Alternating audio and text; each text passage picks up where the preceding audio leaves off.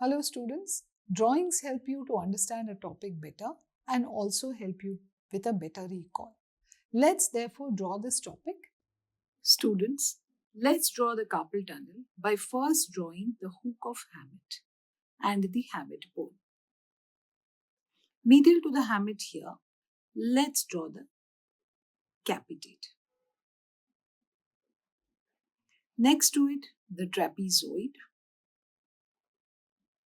And here is your trapezium. Now remember, while drawing the trapezium, you have to draw a little groove here. Okay.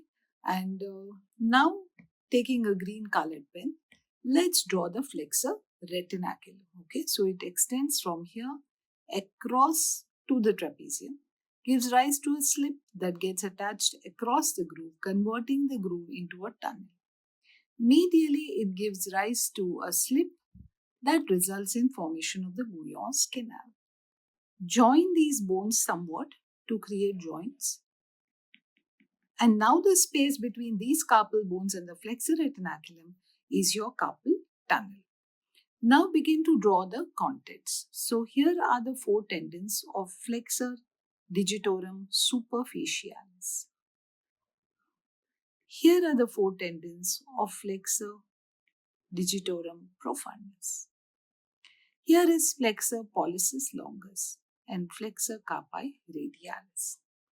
Now here is the ulnar nerve and here is your median nerve.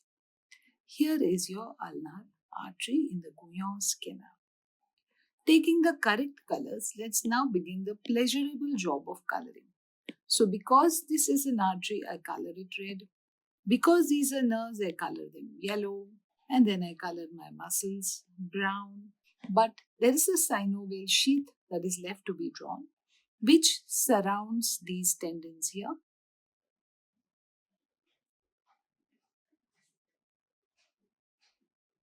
And is present in between as well. Flexor Pollicis longus, flexor carpi radialis. Now just for effect,